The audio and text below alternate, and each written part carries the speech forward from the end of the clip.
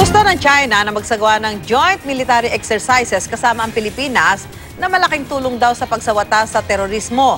Narito ang unang balita ni JP Soriano.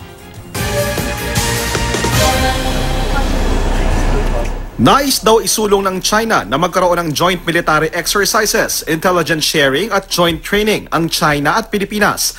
Iyan ay upang palakasin daw ang papel na kanilang ginagampanan para labanan ng Pilipinas ang banta ng terorismo. I think it is quite important for the two militaries to exchange best practices, share intelligence, and even consider the possibility of having joint training exercises, because the objective is clear.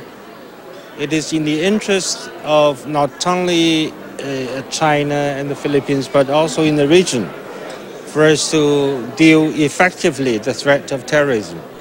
Nitong Miyerkules, nag-donate ang China ng 370 million pesos na halaga ng mga baril at ammunition bilang kontribusyon daw ng China para labanan ang mga supporter ng ISIS sa Pilipinas. Alam daw ng China na may matibay na traditional military alliance ang Pilipinas at Amerika, pero kampante raw ang China sa mga bagong pulisiya ni Pangulong Duterte. But I think President Duterte is pursuing an independent foreign policy.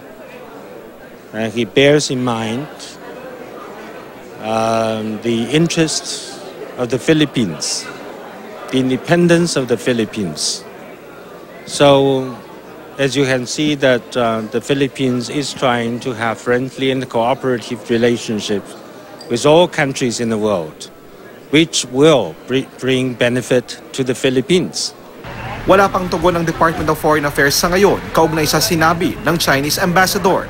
Pero nasa China ngayon si DFA Secretary Alan Peter Cayetano upang pag-usapan ang relasyon ng dalawang bansa. Habang lumalakas at bumubuti ang ugnayan ng China at Pilipinas, hindi naman daw isinasantabi ng Pilipinas ang ating claims sa West Philippine Sea.